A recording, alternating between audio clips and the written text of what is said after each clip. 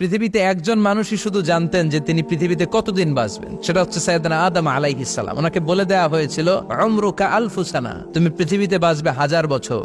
কয় বছর? সাইয়েদনা আদমের সামনে অনেকগুলো রূহ রাখা হলো। সাইয়েদনা আদম বললেন, এরা কারা? আল্লাহ বললেন, এরা হচ্ছে নাসালুক, তোমার বংশধর, পৃথিবীতে তোমার পর এরা পৃথিবীতে আসবে। সাইয়েদনা আদম বললেন, আল্লাহ ওই যে একটা রূহ দেখা যায়, এটার নাম কি? আল্লাহ বললেন, হাদা ইবনুকা দাউদ, এটা তোমার ছেলে দাউদ, সে দুনিয়াতে নবী হয়ে আসবে, তার ছেলে সুলাইমানও নবী হয়ে আসবে। সাইয়েদনা আদম বললেন, মাবুদ, আমার ছেলে দাউদের কত বছর হায়াত আপনি দিয়েছেন? আল্লাহ বললেন, 40 সানা, মাত্র 40 বছর, 4 ইয়ার্স। 40 বছর তোমার ছেলেটা বাঁচবে। ও আল্লাহ, আমি বাঁচবো কয় বছর? তুমি বাঁচবে 1000 বছর। সুবহানাল্লাহ। সাইয়েদনা আদম বললেন, মাবুদ, এত ফুটফুটে সুন্দর আমার ছেলে দাউদ, মাত্র 40 বছর দিলেন কেন? জিদ মিন উমরিহি, বাড়ায়া দেন। সুপারিশ করতেছে পোলার লাইগা কে? বাবা। আল্লাহ আপনি বাড়ায়া দেন। আল্লাহকে বাড়ানো যাবে না, লেখা হয়ে গেছে।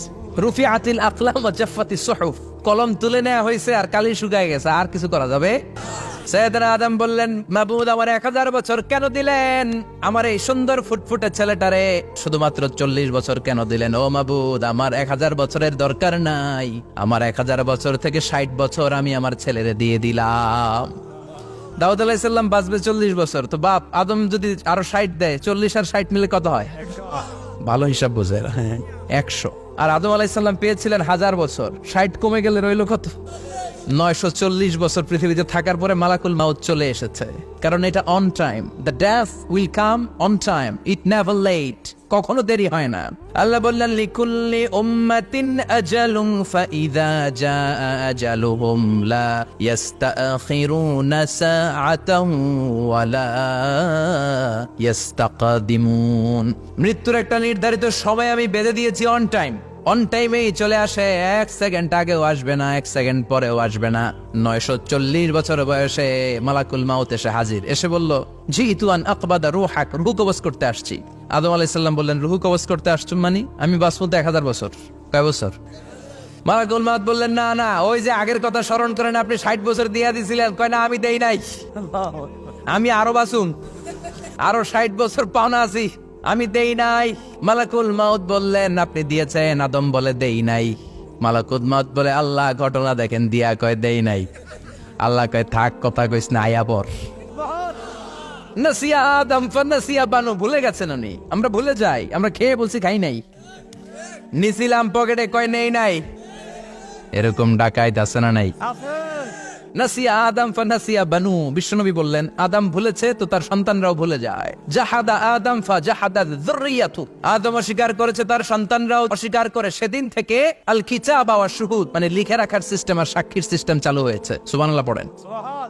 940 বছর বয়সে মালাকুল মাউত এসে আদম আলাইহিস সালামের রূহ নিতে পারে নাই। উনি 1000 বছর যখন হয়েছে, সাইয়েদনা আদম আলাইহিস সালামের রূহ কবজ করেছে।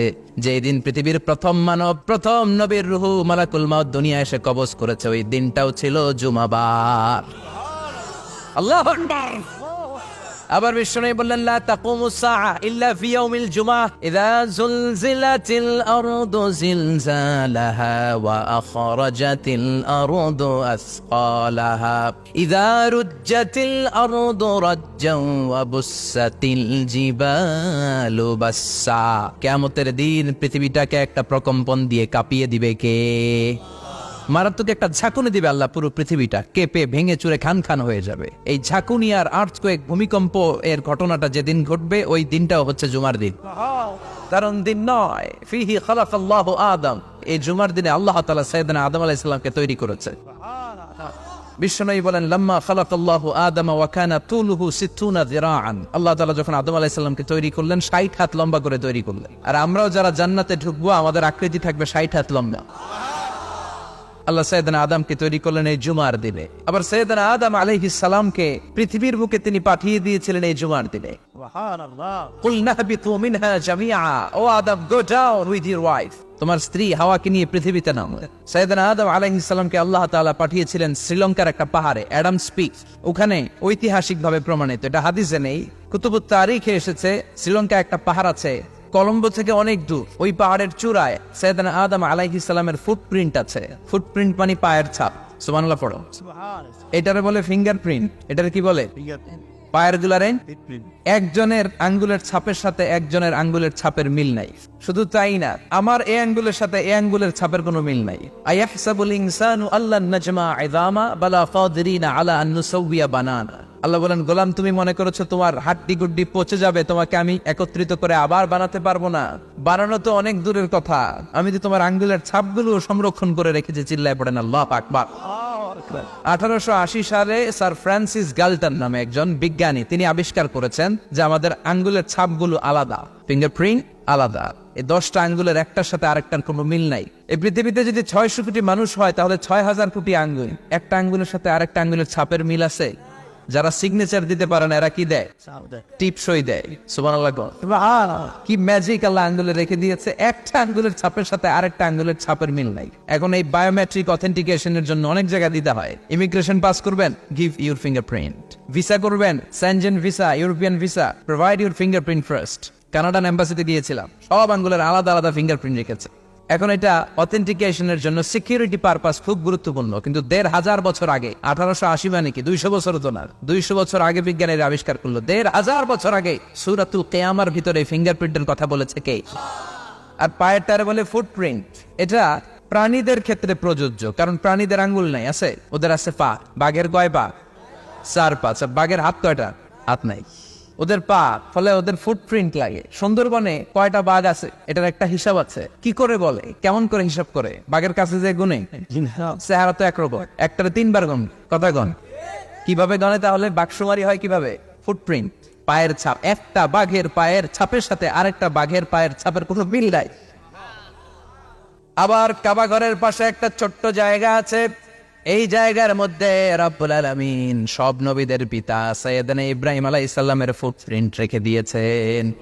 ওয়াত্তাখিযু মিম মাকামি ইব্রাহিম মুসাল্লা। সাইয়েদনা ইব্রাহিমের দাঁড়ানোর জায়গায় তোমরা নামাজের জায়গা করে নাও। আল্লাহু আকবার। সাইয়েদনা ইব্রাহিম আলাইহিস সালামের পায়ের ছাপ আছে কিন্তু মাকাম ইব্রাহিম। আর সাইয়েদনা আদম আলাইহিস সালামের পায়ের ছাপ আছে অ্যাডামস পিকে, শ্রীলঙ্কার ওই পাহাড়ে। তো যেদিন আদম আলাইহিস সালামকে আল্লাহ ওখানে পাঠিয়ে দিয়েছিলেন, ওই দিনটা ছিল জুমার দিন। সুবহানাল্লাহ নাই? এরপরে সাইয়েদনা আদমকে পাঠানো হলো শ্রীলঙ্কায়, সাইয়্যিদাতুনা হাওয়া আলাইহিস সালামকে পাঠিয়ে দেয়া হলো সৌদি আরবের জেদ্দা শহরে। আরবিতে জেদ্দা বা জাদ্দা মানে দাদি। জেদ্দাতুন বা জাদ্দাতুন মানে কি? দাদি। হাওয়া আলাইহিস সালাম আমাদের সবার দাদি, ঠিক কিনা? ওনার নামে এই শহরের নাম। বছরের পর বছর সাইয়েদনা আদম আলাইহিস সালাম এবং হাওয়া আলাইহিস সালাম আল্লাহর কাছে ক্ষমা চাইলেন, আল্লাহ ভুল করে নিষিদ্ধ গাছের ফল খেয়েছি, তুমি মাফ করে দাও। আল্লাহ বললেন, আদম কয়েকটা কালিমা শিখিয়ে দেব, এই কালিমাগুলোর পরে আমার কাছে দোয়া করো, আমি কবুল করে নিব। আল্লাহু আকবার। আল্লাহ শিখিয়ে দিলেন আর বললেন, আদম পড়ো, রাব্বানা যালামনা আনফুসানা ওয়া ইল্লাম তাগফির লানা ওয়া তারহামনা লানাকুনান্না মিনাল খাসিরিন। ও আল্লাহ, জুলুম করেছি নাফসের উপর, ভুল করেছি, অন্যায় করেছি, আপনি যদি ক্ষমা না করে দেন আমরা শেষ হয়ে যাব, আমরা হালাক হয়ে যাব, ক্ষতিগ্রস্তদের মধ্যে শামিল হয়ে যাব, ঠিক কিনা? আল্লাহ সাইয়েদনা আদম আলাইহিস সালামের তওবা কবুল করলেন। ওনার কাজ হচ্ছে তওবা কবুল করা। আমাদের কাজ গুনাহ করা, শয়তানের কাজ ওয়াসওয়াসা দেওয়া, আল্লাহর কাজ খালি মাফ করা। তার মানে আদম সৃষ্টি হলো জুমার দিনে, দুনিয়ায় নামিয়ে দেওয়া হলো জুমার দিনে, তওবা কবুল করে নেওয়া হলো জুমার দিনে, রূহ কবজ করা হলো জুমার দিনে, আবার কিয়ামত সংগঠিত হবে জুমার দিনে। পড়েন সুবহানাল্লাহ। আবার বিশ্বনবী বললেন, আর রমাদান ইলা রমাদান, এক রমজান থেকে আরেক রমজানের মাঝখানে যত গুনাহ হয় মাফ করে কে? তারপরে বিশ্বনবী বললেন, আল উমরাতু ইলা আল উমরাহ, কেউ যদি একবার উমরা করে পরে আবার করলে 2 উমরার মাঝখানে গুনাহগুলো মাফ করে দেয় কে? আবার বিশ্বনবী বললেন, আল জুমআতু ইলাল জুমআ কাফফারাতুন লিমা বাইনাহুমা, এক জুমার পর থেকে সামনের জুমা আসা পর্যন্ত যে সগীরা গুনাহগুলো হয় সবগুলো সগীরা গুনাহ মাফ করে দেয় কে? সারা সপ্তাহে ভুল ত্রুটি অন্যায় যা করলাম জুমার নামাজের বদৌলতে সব গুনাহ মাফ করে দেয় কে? এই দামি দিনটাকে আল্লাহ ইহুদিদের দিতে চেয়েছিলেন, পায় নাই। আলহামদুলিল্লাহ কবেন না? তারা ইখতিলাফ করে হারাইছে এটা। এই দামি দিনটা রব্বুল আলামিন নাসারাদেরকে দিতে চেয়েছিলেন, ফাখতালাফু, ওরাও ইখতিলাফ করে হারাইছে। এজন্য ইখতিলাফ ভালো জিনিস না খারাপ জিনিস? ইহুদিদেরকে আল্লাহ দিতে চাইলেন, ইখতিলাফ করে হারাইছে, নাসারারাও হারাইছে। ফাজা আল্লাহু বিনা ফাহাদানা বিহাদা দ্বীন, রব্বুল আলামিন এই দিনটা আমাদেরকে দিলেন, আমরা ইখতিলাফ করি নাই, বিশ্বনবীর হাতে হাত রেখে ঐক্য করে ঘোষণা দিয়েছি জুমার দিন আমাদের সাপ্তাহিক দিন। সুবহানাল্লাহ। বিশ্বনবী বলেন ফাগাদান লিল ইয়াহুদ, সাপ্তাহিক আনন্দের দিন ইহুদিদের জন্য হচ্ছে শনিবার, ইয়াউমুস সাbt, ওয়া বা'দা গাদ লিন নাসারা, আর খ্রিস্টানদের জন্য হচ্ছে রবিবার, আর আমাদের জন্য হচ্ছে শুক্রবার। চিল্লায় পড়েন আল্লাহু আকবার। তার মানে জুমার দিন, জুমাবারের মর্যাদা বেশি না কম? চিল্লায় বলেন বেশি না কম? জুমার দিন সকালবেলা ফজরের নামাজের পর থেকে ফেরেশতারা যতগুলো মসজিদে জুমা অনুষ্ঠিত হয় ওই মসজিদে ঢোকার প্রতিটা দরজার মধ্যে দাঁড়িয়ে থাকে। কারা কারা আগে আগে জুমার নামাজ পড়ার জন্য মসজিদে যায়, প্রত্যেকের নামগুলো একটা জান্নাতের রেজিস্ট্রি খাতার মধ্যে তুলে নেয়। এই নামগুলো স্পেশালি আল্লাহর কাছে পাঠানোর জন্য। ডানে বায়ে সামনে পেছনে যতগুলো দরজা, প্রতিটা দরজায় ফেরেশতারা বসে থাকে। কে আগে আসলো নাম তুলে দেয়। তুলতে তুলতে তুলতে তুলতে খতিব সাহেব যখন খুতবা দেওয়ার জন্য মিম্বারে যেয়ে বসে যায়, ফেরেশতারা তাদের খাতা বন্ধ করে তারাও খতিব সাহেবের সামনে জুমার খুতবা শোনার জন্য বসে যায়। পড়েন সুবহানাল্লাহ। প্রথম জুমার দিন জুমার মসজিদে যে ঢুকবে, বিশ্বনবী বললেন আল্লাহর রাস্তায় একটা উট কুরবানি দিলে যেই সওয়াব, এই সওয়াব আল্লাহ আমলনামায় দিয়ে দেয়। দ্বিতীয় পর্যায়ে যে ঢুকে, বিশ্বনবী বললেন বাকারা, গরু কুরবানির সওয়াব পায়। 3 নম্বরে যে ঢুকবে, বিশ্বনবী বললেন কাবশা, হাদিসের ভাষায় এসেছে আল কাবাস, কাবাস মানে হলো বকরি, বকরি কুরবানির সওয়াব। 4 নম্বরে যে ঢুকবে তার হচ্ছে দাজাজা, দাজাজা মানে মুরগি। 5 নম্বরে যে ঢুকবে, বিশ্বনবী বললেন বাইদা, নোয়াখালীরা কয় বয়দা, আমরা কই আন্ডা, কুমিল্লায় কই ডিম। আছে না নাই? এক দেশের কত ভাষা, এক দেশের গালি আরেক দেশের বলি। আমরা বলি ছেলে, কুষ্টিয়ায় বলে পুত্র, আরেক জায়গায় গেলে বলে হুত, আরেক জায়গায় গেলে বলে ফোয়া। আছে না নাই? এক এলাকায় বলে বেটা ছেলে, ছেলেদেরকে বেটা ছেলে, মরদ ফোয়া, মরদ ফোয়া হইতে না, মরদ ফোয়া হবে। আহা, কি ভাষার বৈশিষ্ট্য। তো যেটাতে আমরা বলি ডিম, কোথাও বলে আন্ডা, কোথাও বলে বয়দা। তো এই বয়দা আল্লাহর রাস্তায় দান করে দিলে যেই সওয়াব, পঞ্চম ব্যক্তি ওই সওয়াব পাবে। এই 5 জনের পরে আর লেখালেখি নাই, বাকিদেরটা নরমাল এন্ট্রি করে সব ফেরেশতারা খুতবা শোনার জন্য বসে যায়। সুবহানাল্লাহ। তো জুমার দিনে আগে আগে যাবেন তো?